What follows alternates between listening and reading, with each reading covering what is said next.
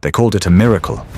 But on the morning of August 12th, 1121, on a windswept field near Didgori, it did not feel like a miracle.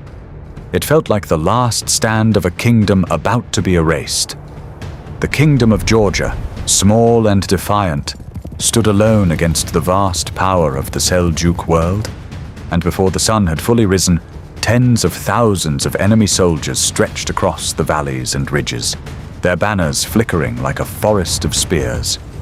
At their head was a coalition army assembled under the authority of the Seljuk Sultan, led in the field by Ilghazi, a hardened warlord whose campaigns had carved fear into the Crusader states and beyond. Facing them was a king not yet 40 years old, a ruler who had spent his life fighting to pull his country out of collapse.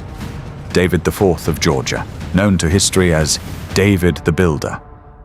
Years earlier, Georgia had been fractured, weakened by internal strife, and crushed beneath Seljuk domination. Tribute had flowed outward, humiliation had settled deep, and nomadic raids scarred the countryside. But David had spent 2 decades reforming his army, centralizing power, and forging a disciplined fighting force out of mountain clans and loyal nobles. He had recruited Kipchak horsemen from the steppe, reorganized feudal levies into a standing corps, and instilled in his men the belief that Georgia was not destined to kneel. Now, on this narrow terrain near Didgori, he would test whether reform and faith could withstand overwhelming numbers. Medieval chroniclers would later claim the Seljuk coalition numbered in the hundreds of thousands, a figure almost certainly exaggerated.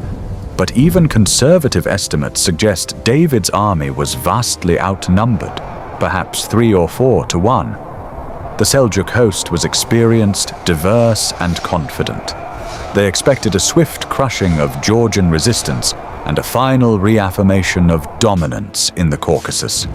David's force, by contrast, was compact, disciplined, and positioned carefully along high ground, the ridges and slopes narrowing the battlefield and limiting the enemy's ability to deploy their full strength. Yet even with terrain on his side, David faced annihilation if his line broke. This was not a war of maneuver across months. It was a single confrontation that would decide whether Georgia survived as an independent kingdom. As the two armies watched each other across the valley, David made a decision that would define the battle and elevate it into legend. Instead of waiting passively for the Seljuk advance, he sent a small detachment of cavalry towards the enemy lines under the pretense of negotiation. To the Seljuk commanders, this seemed like the gesture of a desperate king seeking terms. The riders approached the command area, and for a moment, it may have appeared that talks would begin. Then, without warning, the Georgians drew their weapons and charged directly at the leadership encampment. Chaos erupted. In medieval warfare, cohesion and command were everything. Confusion at the top could ripple through thousands of men in seconds.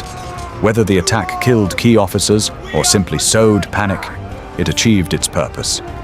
The Seljuk front wavered, startled and disoriented, unsure whether treachery or a larger assault was unfolding. That was the moment David had been waiting for.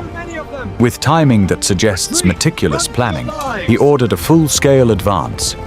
Georgian heavy cavalry surged forward down the slopes, lances leveled, armor glinting, crashing into an enemy line not yet fully formed. The impact was devastating. The narrow terrain prevented the Seljuks from effectively encircling or outflanking.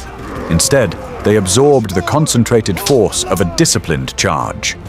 Kipchak horse archers harassed the flanks, maintaining pressure and preventing reorganization.